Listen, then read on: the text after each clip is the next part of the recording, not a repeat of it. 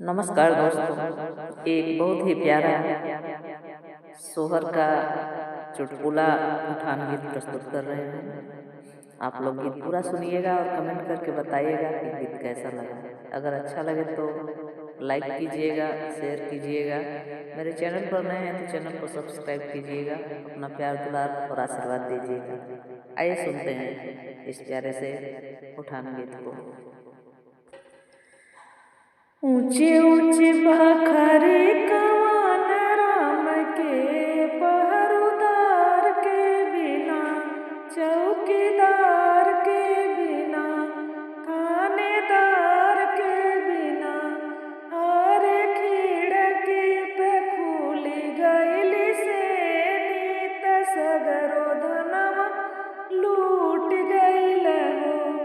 और खिड़की पे खुली गईली से नीत सगरो धनवा लूट गईल हो।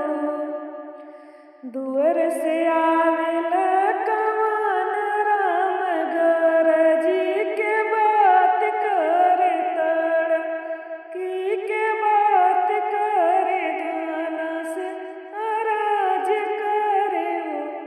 धाना खिड़की पे खुली गईली से नीत कवन धनवा लूट गईल हो। धाना खिड़की पे खुली गईली से नीत कवन धनवा लूट गईल हो। धाना खिड़की पे खुली गईली से नीत कवन धनवा लूट गईल हो। ओ बरिस